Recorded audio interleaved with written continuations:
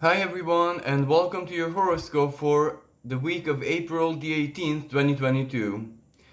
We have a really amazing and quite rare week ahead of us, but then again, I say this every single week, but that is the very nature of the year 2022. Every single week was extremely rare and special in its own accord.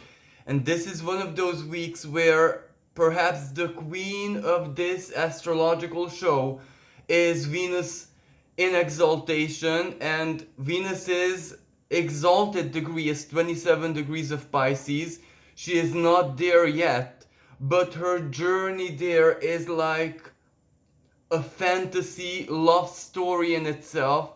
It doesn't necessarily have to be love story for or with a person. It can be with the next hobby, it can be to your soul's calling, and this can be one of those rare moments when you and spiritual journey, instead of the usual pain, trials and tribulations and am I truly lost or not yet or not really, instead we get a moment of great pride and pleasure. When pride doesn't mean the ego pride like who am I and what have I done, but simply grateful to be part of the divine work, and that in itself says everything. It is going to be an amazing week for all artists out there, for spiritualists, for everyone into healing, into self discovery, into soul, into creativity, into colors, into anything that basically calls to the spirit in any way, shape, and form. For example, any medical profession in itself, well, it's implicitly spiritual because it is based on compassion. So even if the practicing person itself is not spiritual at all, it is still a servant of spirituality in a form of morality and basically the human interconnection in its finest example, care, healing. It doesn't really need to have a purely spiritual expression. It is still very Piscean and Neptunian ultimately in its nature, just that there is a lot of touch of Saturn, reality. But where I'm going with this is everyone can experience this as a blessing, as a moment of great inspiration, the moment when our dreams literally soar into the sky, but it's a sextile that we're speaking about. So it is a blessing, but it is not dished out freely. We do need to work on it, and our work has to include us allowing ourselves to tune into that frequency of playfulness, hope, fantasy, pure dreams, inspiration, the divine enveloping us, surrounding us, and to give a meaning to anything and everything, even our melancholic states, even our sadness has a deep meaning and spiritual expression at this time, believe it or not, until the middle of May, actually, as I said, under this Jupiter and Neptune conjunction, the whole sky, the whole of reality itself, everything that happens to us, from the simplest gesture, from that specific insect bumping into our window, onto the big things that are going on in the world. Everything is a mirror right now, believe it or not. This is real, this is really happening. This is where anything is truly possible, because that is the basic configuration of this opportunity when for a short period, because for us it is a month, April and a bit of May, but for the universe that is a blink of an eye, that's nothing, that's a nanosecond. That is this portal where the ether can take physical shape. Saturn squaring the nodes of the moon, the north node. If you take responsibility for what you're creating, whatever creation means to you in dreams, everything. Squaring the south node in Scorpio, all the lessons of the past, your wounds, your traumas, everything taught you to be a responsible creator. Regardless what creation means, it can mean children, your family, your life, your profession. Everything is a creation. Your personality, your identity, your human identity, which 50% of you can change. It's up to you. You can dissolve patterns, you can dissolve education, anything in this day and age, the age of Aquarius. So you're a creator, and if you are responsible enough, now you're allowed a lot. You're allowed to do a lot, which in any other situation and moment in life you are not. Regardless of how powerful you are in any shape and form, this is when you're allowed. So take this opportunity and build on the lessons of the past, South Node in Scorpio. Build on that which you have excess of, your power, South Node in Scorpio. How you get to the treasure, alchemical gold that is meant for you personally, South Node in Scorpio, the journey itself. And the North Node in Taurus, this is where, even the grand prize, the treasure chest, is also there, having your cake and eating it. So be your wisest self and your freest self.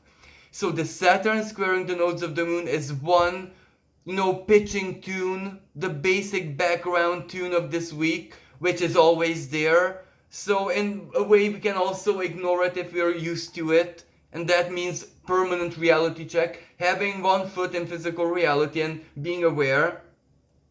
The other background music is the Neptune and Jupiter conjunction, and this is literally music. Music is a big part of our everyday lives for all of us. Whatever music sound, even if just the birds, means for all of us.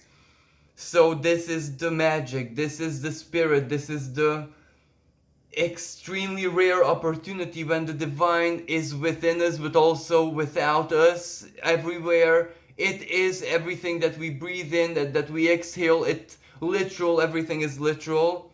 And Venus is there, Mars is there, and Mars is so important right now because as it passes through Pisces, it activates everything that Jupiter planted. It's the detonator. It's really good news. And then next week, not this week, but after, Venus reaches exaltation, and we are under the third background music is the eclipse. On the 13th of April, the Taurus eclipse on my natal Venus. God help me. And yes, so that is a huge burst of energy. That is like a value system, but literal physical earthquake. Uranus, earthquake, and Taurus, the earth, the stability. And this, even though eclipses are extremely heavy and usually they come through as crises, just think about how many identity crises we had last June. I do believe the 10th or 11th, something like that of June, the Gemini solar eclipse. We really questioned even who we were at back then, so it played out almost literally. And a lot of people after the eclipse discovered a lot of things Gemini rules the hands that they can do with their hands. Crafts, some painting, so a lot of people tuned into their handiness basically. And they did a lot of amazing things just out of nowhere. So that was a really positive side effect of the eclipse. So this is no different, but this is Taurus, Earth stability, how the way everything used to be until now in our value system. That's psychological as well as spiritual, collective, individual, money, what our time means, what our time means to employment. And of course, a crisis in employment, but that crisis for the better because people will refuse to sell their times. So anyway, there is a lot of positivity attached to us, especially because at the time of the eclipse there is a lot of sextiles in the sky. So sextile is work, but positive. That is work which is rewarded. Even if you have to slave drive yourself, Saturn, that has rewards, big rewards. Life-changing, permanent, stability, groundedness, your roots stable in reality, where you can do whatever you were born to do, kind of stability and life change. So that is what we're prepared for now, spiritually and psychologically. So what is happening in your life and what your feelings and dreams at night even are about, is a big indication of what is coming for you. And this week, under this tune, this permanent tune, the pre-eclipse period, like a solar eclipse is about 2-3 weeks before and 6 months after. That's the sphere of influence and manifestation. So we are already kind of being prepared for that, what that eclipse is playing out in our individual lives as.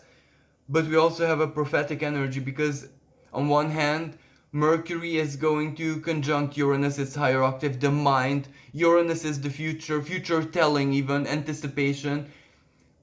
Taurus, stability, material stability, value system, how we are going to be doing in the even close future, even the more distant future. All of our material plans and everything that has to do with our material stability is included in there. So our foresight. For some people it is mystical because it's sextile Venus. The universe will simply tell them. It doesn't matter how they will understand 100%. For others it's actually practical. Figures, numbers, plans, specialists, and this inner instinct preparing you. In any way, it's really positive. So this will prepare us to exactly how our lives are going to be. And also Jupiter and Neptune are sextile by Pluto. That is also a massive alchemical energy. This is where the transformation is lived already. We are living it. That Pluto is giving us power over the things that we invested a lot of time and energy, inner energy especially, into, to change mindset, change belief system, change everyday routines, change our customs, detox, or whatever that meant for us personally. And this week is one of those weeks where I entitled this, "We will love again, want it or not, like it or not." Venus will call us to ignite the passion in our hearts. The sun being energetic in the sign of Aries. Ready or not, something is already born in your head, in your heart. The bridge between head and heart. So it's not just the head simply. Because Taurus, the sun this week also moves into Taurus on the 20th. The Taurus energy shift. And Taurus is the throat, the voice even. So we are already speaking that sun in Aries out. So it's already being born verbally. I want, I wish, I am going to do. Everything in future tense is being born. So we're already kind of being prepared for that eclipse period and everything that is going on in our lives, for our own alchemy. And Pluto is already almost standing still in the sky, very slow, preparing to go retrograde soon. So the Plutonian energy is concentrated, the truth, and even the shadow speaks the truth now. The shadow is our friend now, not our foe. Our foe is our fixed rigidity and our fears and our expectations perhaps, because right now the universe is literally in the now already giving us much better than we could have expected, and we need to embrace this. And there is a lot of energy in the sky, and I'll break it down in a moment because I have to speak about the other background music. And that is Black Moon Lilith in the sign of Cancer Lilith. Now, I am going to be speaking about the most positive expression of this energy, because at the beginning degrees of Cancer, that's an initiative. That is an emotional initiative, and Lilith is our reptilian self, if that makes sense. But every living being cares for their young, for their other. There is a strong synergy and bond between members of the same species, families, regardless of how nature arranged this setup. For us, it's very obvious, it's our human compassion. So we also have that in our very nature, in our genes, in everything that we are, the human spirit. And that is Black Moon Lilith in the most positive expression. Compassion, something that we do, something that we say, a hug, a kiss, a touch, an embrace, a meal that we offer, food, any kind of sign of affection is profoundly healing. This is one of those expressions of Lilith when, just like this, with a powerful gesture of compassion, humanity, whatever, she's able, that primordial energy is able to wake up the primordial energy in the other person, the dormant self, and cure things that were impossible to cure for psychologists, for therapists, for astrologers. Those traumas and scars which just would not go away no matter what, because something inside of you wanted to keep it alive, and this primal self wakes up and devours it, and you heal. This is the best expression of this Lilith, because this is contagious. If you go through this, you can do it to another person, and that to another person. A healing wave, a nurturing, caring, healing wave. For example, saying that I'm or anyone else is beautiful is already a projection of something nurturing. It doesn't matter what it nurtures. It doesn't matter which part of the other being we nurture with it. For some, this nurtures the mind, for others, the ego, for others, the spirit, for others, the emotional world, the moon, for example. It doesn't matter as long as it nurtures, as long as the food is ingested and embraced. But the most negative expression of this energy, which we will experience later on, is when an emotional wound or a misaligned belief, perhaps in the family, passed down from generations, or simply an emotional chaos leads to a really, really negative and self-devouring, self-ingesting belief that destroys someone's deepest potentials. And right now, maybe under the insanity influence of the Neptune and Jupiter conjunction on my ascendant, but again astrology playing out, I would like to give you a lived example. Now my mom, she thought all her life that she was ugly. Medusa, Andromeda, and the Medusa legend, also in the sky, the Perseus constellation. And that belief turned into a true Medusa, and it really devoured everything that she was. And that was very difficult even for me to heal. And now I show you the truth and the reality.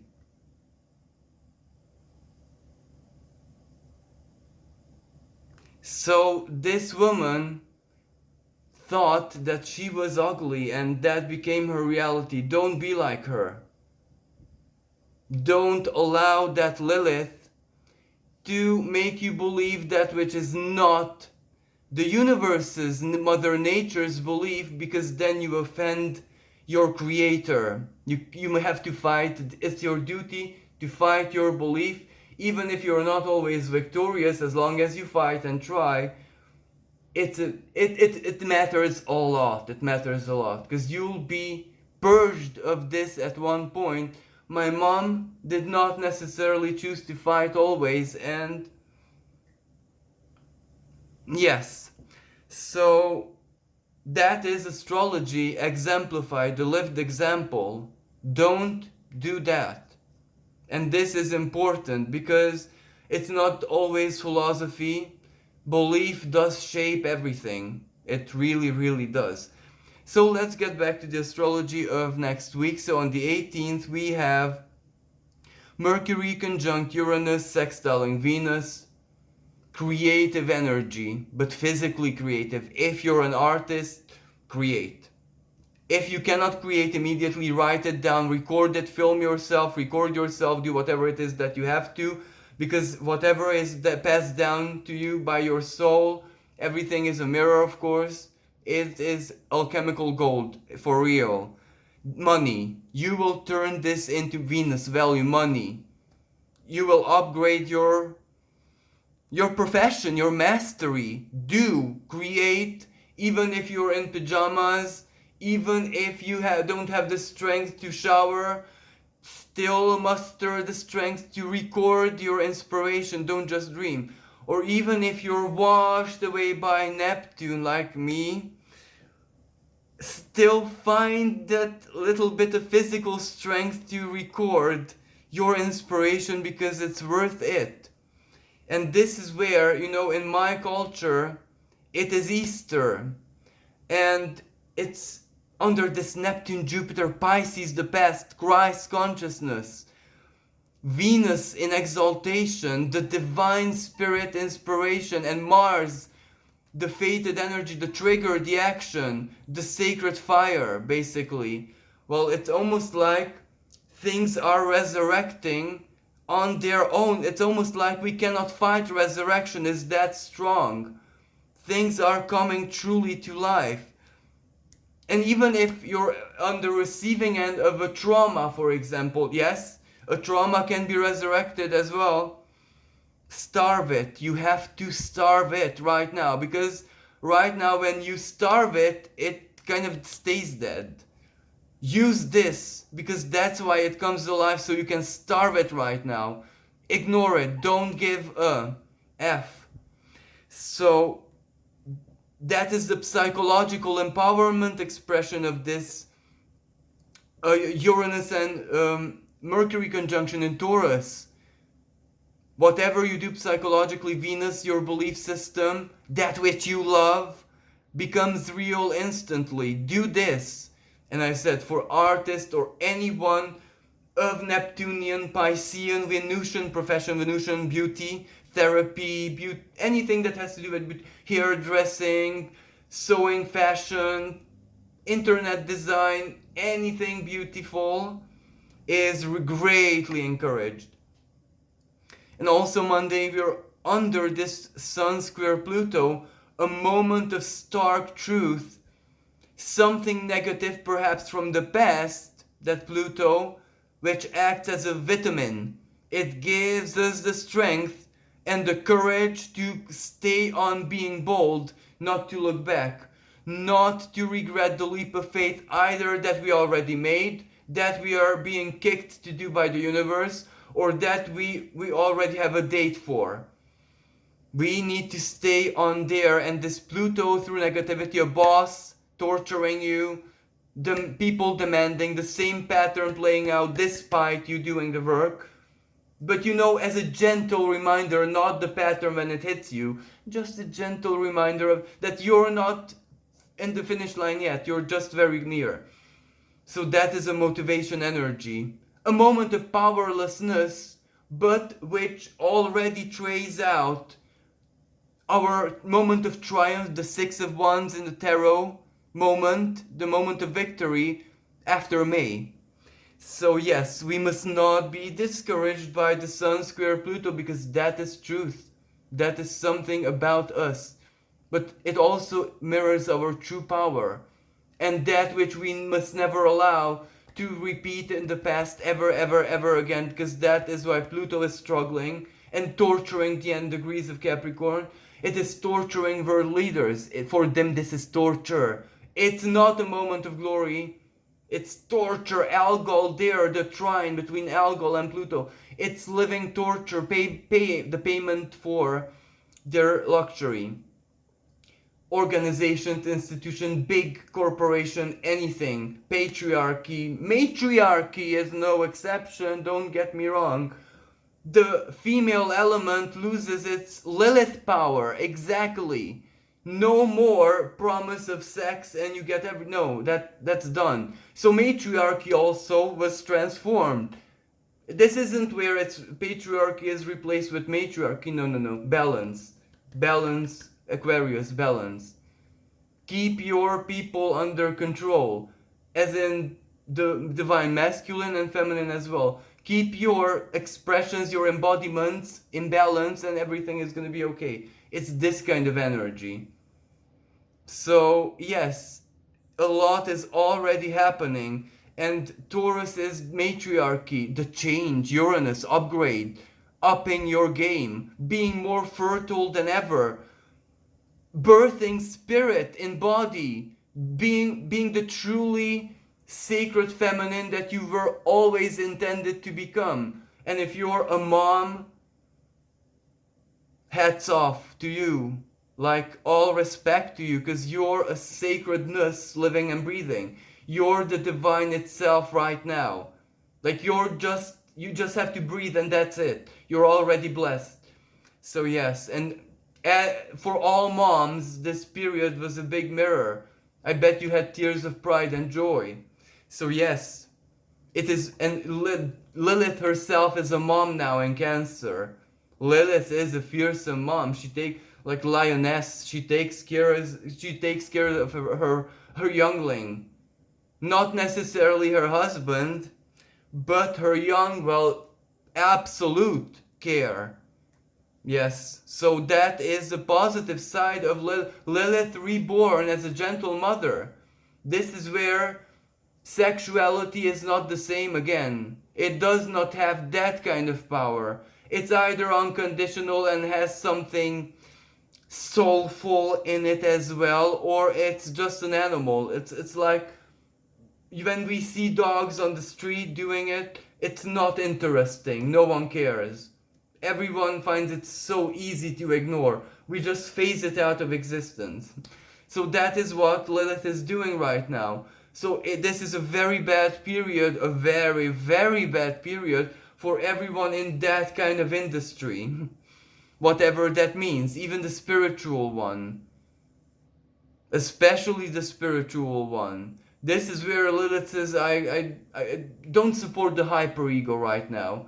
I don't give you power to allure through me, so do it yourself. Find your own strength. And they find it that they were slaves to Lilith all their lives and they don't have strength of their own, so they give up and just take a average job. But again, oh, I'm sorry, this isn't about the horoscope. This is about what Jupiter and Neptune are doing in our times, the upgrade in spirituality. Lilith's upgrade, basically. So nothing is the same again. Everything without the human spirit loses value, it dies. So even an artificial intelligence, even my computer is more spiritual than a lot of other things which used to be spiritual, like the manifesting techniques and stuff like that. And why? Because my computer is a tool and my spirit makes it spiritual, so it's alive really, it's part of me. This is where even artificial intelligence is a better friend than a fake human being. So yes, and the sun also sextiles Mars, passion, igniting the passion. But this is where the sun is in Taurus already. And Taurian passion is the kind of passion which creates, which gets things done, which moves rocks, which moves mountains. Like, for example, Mars in the sign of Pisces can represent cleaning, detox, or physical cleaning. But if it's physical cleaning, it's when you clean every inch of your house and you disinfect everything. So it's done to last. It's done for real. So that is an amazing energy if you invest your energy. Sextile. But Mars in Pisces is not the biggest vitality boost, I can tell you that. It likes to rest. But if you can still find the strength to do a little bit, that little bit will go a long, long, long way. Then the end of the week, on the 24th, this Mercury, almost in an erratic Taurus, sextiles Venus, Neptune and Jupiter together in the sky, because by this time this Venus moves very close to Jupiter and Neptune already, and then the week after their dance will perfect, and that will be like an atomic bomb exploding in the artistic world. Something big, big, big happens in either in the artistic world, in the world of beauty, anything Venusian romantic of expression. This is where, needless to say, all that I have said until this moment, every single word, can represent something romantic in a proper sense as well. This is Venus in the sign of Pisces. She means romance, basically. The spirit of romance is there, and she has to embody it, because Venus means business, and Venus was born out of the foams of the sea and out of a certain body part which has to do with fertility. So yes, this is very, very fertile and creative. And if you're like a shy artist, come out of your closet now, because the world is different already. We're not living in yesterday's world. Maybe you have more chances, and this Jupiter is much more on your side than you even imagine. And then the almost erratic Mercury is going to be trining Pluto. Mercury in the sign of Taurus. Your mental power, let's say, mental grip over your material life, body, inner values, everything that has to do with you in the physical world, you embodied, you as a person, you as a human being. And Pluto, power, hand of faith, hand of fate even. It manifests, it gives you something. Even if the reward itself, as in your hands there for good, is not at that moment. Mercury can tell you the date. Mercury can give you the contract. Mercury can tell you when. Mercury can secure this. A job, a house, whatever that might represent for you, because you will work with this all throughout 2022 and 2023. Uranus meeting the North Node, and all the Taurus eclipse, Scorpio eclipse. There is a lot happening in the sky, money-wise and material life. A lot of people are gonna return to nature, in the sense that they will do everything in their power to buy a home in the countryside, to try growing their own food, to have that peace, to be in nature and simply live in bliss and ignore the BS. And yes, that is the North Node in Taurus, because what does it say? You might give up your glory, your luxury, the stardust, but you will gain forever, and through you, your children, so on, potentially for a very long time here on Earth, Taurus. Good health, connection with the land, spiritual continuity. Earth accepts your spirit and everything that has to do with your spirit. Happiness, detox, sleeping on